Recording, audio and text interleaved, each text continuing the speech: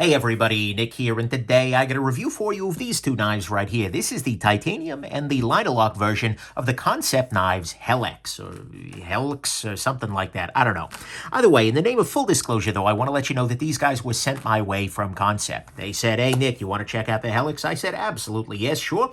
But I told them, as always, I'm going to talk about the good, the great, the bad, the ugly. It might be a gem, might be junk. They still did send them along. Nonetheless, we have to assume that these are the very best quality controlled HellXs ever, and I'm doing my best not to let that affect the nature or quality in my review. Next thing, size comparison. These are rather big, and I'm going to go ahead and I'm going to use the Linalock for this guy. To start with, actually, against a ruler, and what we see here is this is coming in pretty easily over 3.5 inches. Although, actually, blade length doesn't really tell the story, I feel like, about how big this damn thing is. It's larger than I think the blade length lets you know. Here it is against the Spyderco Paramilitary 2, and we see here, this is dwarfing the PM2. Here it is against the Ontario Rat number 2. Yeah, that thing is tiny. And here it is against the Spyderco Delica. This is a big old knife right here. So we see here that the HellX is pretty serious. Then finally, a quick note.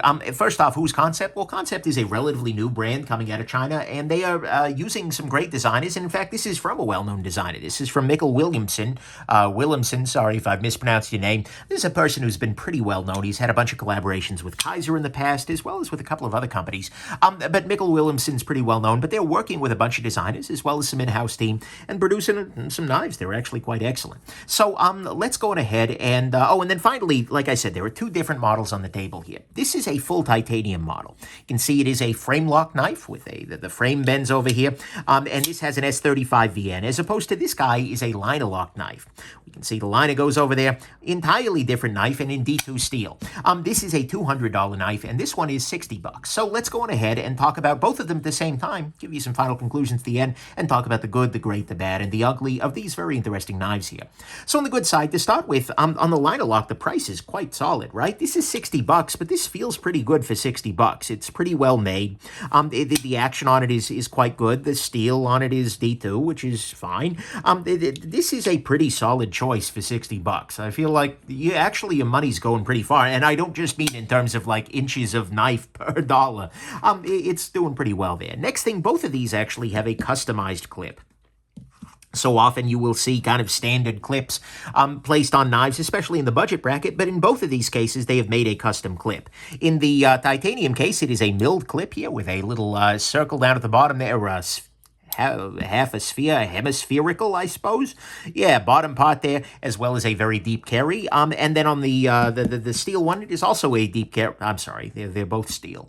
Well, the steel liner one, I suppose. Is that steel liners? I think that's steel liners. Yeah, let me check. Grab my magnets. It's looking steely. Yep. So in the steely liner ones here, what we see here is that, hey, got it. In the Linalock one here, we see, what was I even talking about? Oh, yeah, that they did a custom clip for this guy as well. Which works quite well. Next thing, both of these have a relatively subtle flipper tab. They're definitely a little bit of a pocket pecker, pecking on whatever's in your pocket all day long, but it's pretty petite. And honestly, the positioning of it is quite good. It leads to a very satisfying deployment. I'm a big fan of the flipper tab here. They've done it quite well. Next thing, these both have actually quite nice ergonomics. They have good balance, balancing right about where you would hope them to, and they just fit really well. Even though this is a big knife, it works very well for my relatively small hands. I'm definitely a big fan of the ergonomics on these guys, although I will definitely say the Linalock is a little bit better in my hand because it lacks this little area right up in here. So the ergos are great, and the balance on these guys, again, slightly better on the Linalock, quite excellent. Next thing, the Thai version absolutely sounds nice to deploy, right? Oh, yeah. That's one of those locks up like a bank vault style actions. I appreciate that very much. It sounds quite good. Next thing, action on both of these is quite good. They are both relatively smooth, and one would hope with a big old blade like this, but they're relatively smooth. The detent is good, so I can deploy both of them without any trouble here. And the Linalock actually is a nice, easy to disengage lock as well. They've done it well. They've done a good job of scalloping out some area in the lock bar here. It's just a nice action and a nice close overall. Then finally, on both of them, the blade is great. In this guy, it is a big old expanse of full flat ground. Actually, it's not even full technically. It is a saber grind, but it's a very high saber grind. of D2 steel here and S35VN steel on the full titanium version. But in both cases, you get down to a very nice little thin edge here. That's the advantage. You can have thick stock, but if you do it over a long enough distance in the grind, it's still going to come out pretty thin at the edge there. And just the contouring of it is nice too. You've got some nice belly here. You've got some relatively flat. You've got a full sharpening choil here. I'm a big fan of the blades on these. They're big, they're gigantic, but they're cool. Plus the little swedge on there, I like it. And so, to me at least, all that is the good is the blade is very, very nice. The action is good. Titanium version sounds great on the close. Nice ergonomics, subtle flip-a-tab, custom clip, and the price is very solid for the liner lock. On the great side, the design here is what wins the day, right? There are lots of big knives out there in the world, and, especially like 3.6, 3.75, there are tons of those. But the thing is, this is well done. The designer here, Willumsen, has done very, very nice work, creating something that is nicely ergonomic, that balances well in the hand and feels good in the hand. This is going nowhere, by the way. As you hold this in your hand, this is kind of stuck in there, which is a beautiful thing.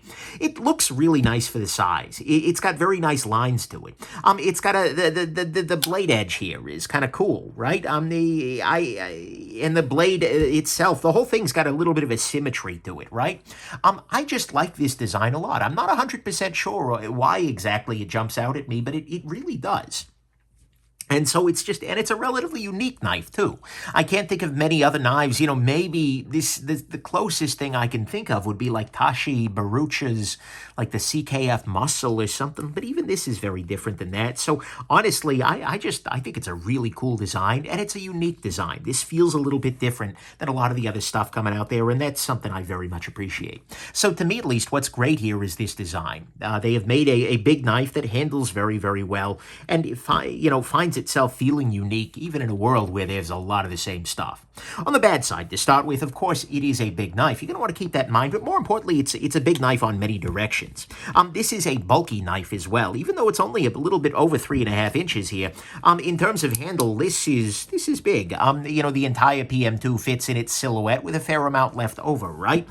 This is not a small knife. It's actually relatively thin, all things considered. It's thinner than a lot of the stuff out there, but it is a big knife, and so you're going to want to keep that one in mind. Next thing, the sharpening on these guys are a little bit strange in that they've kind of done one side here, and then they've done another one here, and although you could almost see it being like a compound grinding, and you see the same thing over here, there's not actually a grind line that goes down there to match that. There's not a descending plunge or anything like that, so I don't quite get it. It's kind of like they just sharpened it in two different ways, and I imagine that'll sharpen out over time, but I don't know whether this is supposed to be a different angle than this one, or whether it's just one curve that's sharpened strangely. It's kind of non-committal in that direction. So that's a thing. Next thing, the screws under the clip on the titanium one, this isn't a problem. You can see that it is completely flush under the clip.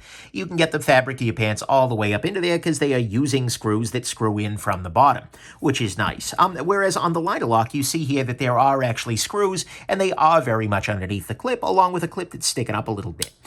This is pretty common, but also not something I love. I definitely like seeing a countersunk screw, like, for instance, on this little guy right here. This is the Civivi Ortis. We can see here that the clip is partially recessed into the liner here, and the screws itself are countersunk, so it's not a problem, and flat-topped. Next thing, on the D2 one, the jimping on the top here is a little bit sharp. Whatever they did to the coating on the S35VN one, although actually, no, it looks like, kind of looking carefully at it here, and I'm going to see if I can do this comparison.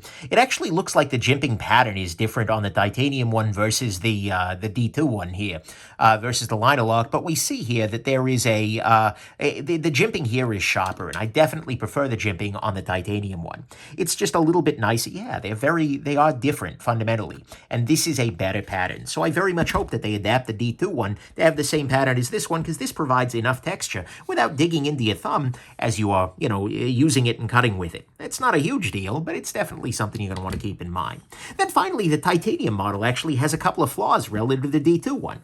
Not only do you get this strong hot spot on the frame in this little area, anytime you see those undercut frames, it's always an ergonomic danger, right? In this case, it's mostly against the back part of your knuckle there, and it's not the end of the world, but it's not something that's amazing. They've also coated the blade on the titanium one, which I don't get. If anything, coated blades are generally viewed as a little bit cheaper, and I don't see why they had to go that route here. That's maybe my own bias, but it just strikes me as very odd, and it's not like a compelling coating. It's not beautiful. It's just like, hey, we made the blade gray. Like, dude, it's S35VN. You could have left it just fine. I don't know. And then finally, on the titanium one, the lock bar is pretty tight here. They have done something odd in that you can see here the lock bar relief is actually on both sides. Usually on knives, you have it just on one side, but here we have a symmetrical lock bar relief, but there wasn't quite enough of it because it definitely takes a little bit of doing to get this guy to open back up again. Not a big fan of the lock bar tension on the titanium one. And so, to me, all of that is the bad, is that the Thai model actually has a couple of unique flaws to it. The jimping is a little sharp on the D2 model. The screws under the clip aren't great on the D2. The sharpening is a little bit strange, and it is a big one. There's nothing particularly ugly here, although, one could probably make an argument that this hot spot is pretty ugly, but nonetheless, let's go into the final conclusions, which is that these are really neat, big old knives, right? The Light-A-Lock one has a really great price, a unique clip, a nice flipper tab, good ergos, nice action, a nice blade, and a great big design.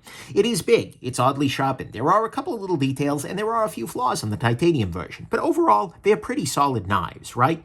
And if you love the size, you're probably going to find it awesome, and it's kind of honestly right on the border of gem. With a couple of those little tweaks, this would probably go over the edge, and frankly, the D2 one is... This may just be my pro-small knife bias. I would feel comfortable calling this guy a gem, calling the D2 one a gem. But actually, that highlights kind of a rather odd case in the knife world. A lot of people have said, oh, Nick, you only like expensive things. This is actually one of the cases in which I don't.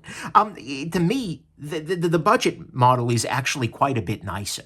To me, at least, titanium is a fine knife, but given the price increase, which is not trivial, right? $140 is not nothing. The introduction of flaws, the weight, I just don't see. And by the way, the weight is different here.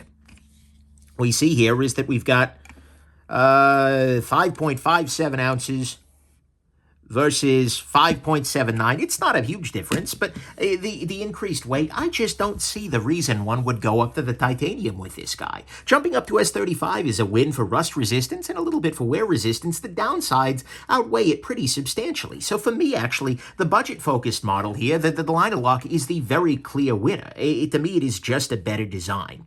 I like this knife a lot. This one is okay. It works. And so, to me, that's kind of funny, because titanium frame lock has been like luxury in the market for a long time. But that's, again, not because they're inherently better, it's just because they're different. And this is nice evidence of that fact. I'm going to go ahead and move the titanium one off camera. I really hope that this budget model continues to be a thing. And I hope, actually, that they give us a little bit more variety in steels and materials. I don't see a reason to continue with this guy. I would like to see this guy get expanded a little bit. Maybe give us some micarta overlays. That's the other thing, is I feel like this could be a very nice host for some custom scales, right? People could very easily make a set of scales that just go over the top of this. I think that would be a really nice thing. But I hope that we get things like some micarta. Maybe do some titanium overlays. Do some Timascus or something like that. Maybe pop the steel to S35VN down the road. I mean, upgrade the better design to match the materials of the higher end version. And I think you would have something that's pretty amazing. That would make something that's very appealing across a bunch of price points and give us the best of both worlds. But as it stands, honestly, this is still a pretty great knife. And this is probably a gem. It's, with a couple little tweaks, it could be there. And frankly, at that price, okay, whatever, gem, I'm done. I'm going to stop debating, gem, we're over. But as it stands, this is a very nice knife. It's got a unique design, a great blade, a solid price, and a serious size. And so if you're looking at something that's big, bold, balanced, and actually designed pretty well, then honestly, I think you could say HellX yeah to this guy right here. So anyways, there you go. Hope this has been interesting to you and that you have yourselves just an absolutely wonderful rest of your day. Bye now.